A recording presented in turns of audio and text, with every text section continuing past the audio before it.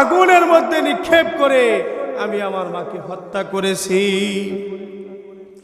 এই কথা শোনা মাত্রই মালিক ইবনে দিনার উত্তেজিত হয়ে গেল, একটা চর বসাইয়া দিল। ডাক দিয়া বলতেছে, ওরে নাফরমান, মনে হয় মালিক তোমারে আর কোনোদিন ক্ষমা করবে না। তবে আমি তোমার একটা আমল বলে দিতে পারি, যদি তুমি বেশি বেশি ইস্তেগফার পাঠ করতে পারো, আশা করা যায় হয়তোবা মালিক আল্লাহ তোমারে ক্ষমা করতে পারে।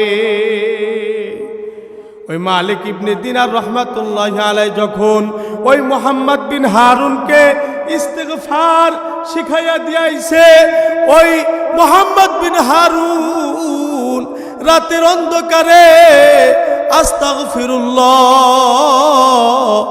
আস্তাগফিরুল্লাহ আস্তাগফিরুল্লাহ রাব্বি মিন কুল্লি যামবিন ওয়া আতুবু ইলাইহি ওয়ালা হাওলা ওয়ালা কুওয়াতা ইল্লা বিল্লাহিল আলিয়্যুল আযীম। এইভাবে যখন ইস্তেগফার পাঠ করে আর মালিক রে ডাক দিয়ে বলে, মালিক রে, আমি মুহাম্মদ বিন হারুন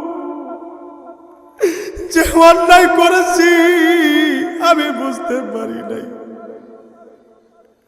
আমি আমার মায়ের গায়ে হাত তুলে ফেলাইছি রে মালিক। আমি জানি আমার মতো নাফরমানের কোনো ক্ষমা নাই।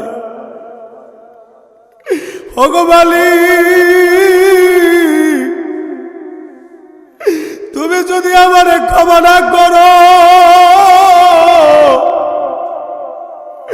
আমি কার কাছে যাব রে মালিক?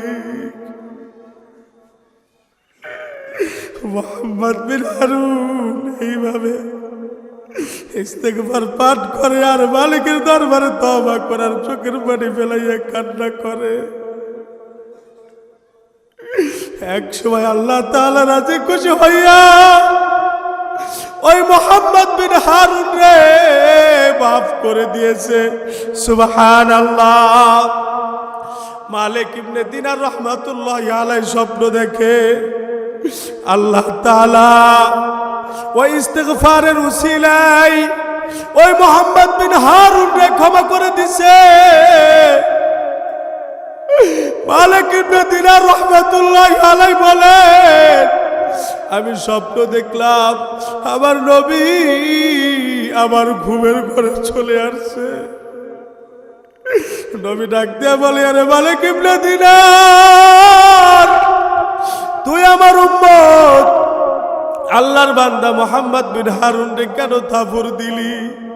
মুহাম্মদ বিন হারুন এমন ভাবে ইস্তেগফার পাঠ করছে, এমন ভাবে তওবা করছে, আল্লাহ তাআলা তার জীবনের সমস্ত গুনাহগুলো মাফ করে দিয়েছে। তবে একটা শর্ত আছে।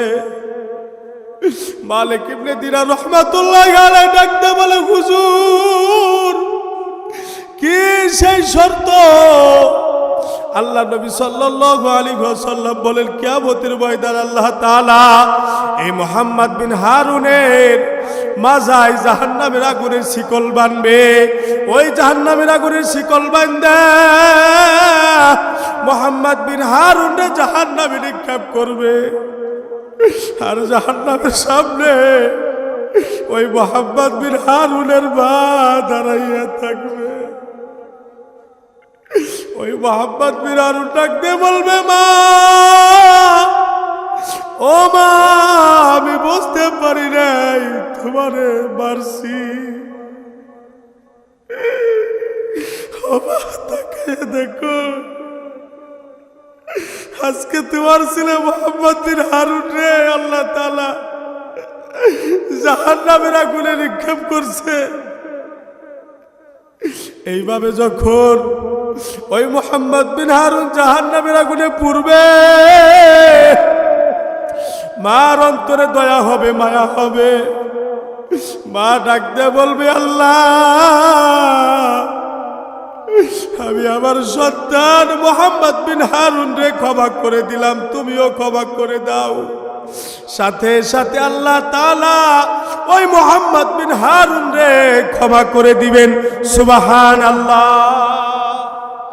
এই কারণে আমাদের যাদের মা বাবা জীবিত নাই, বেশি বেশি ইস্তেগফার পাঠ করে মা বাবার জন্য ক্ষমা চাইতে হবে, মা বাবার জন্য আল্লাহ তাআলার দরবারে দোয়া করতে হবে।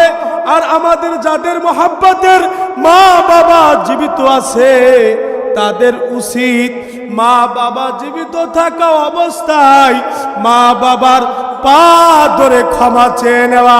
পারবো না ইনশাআল্লাহ?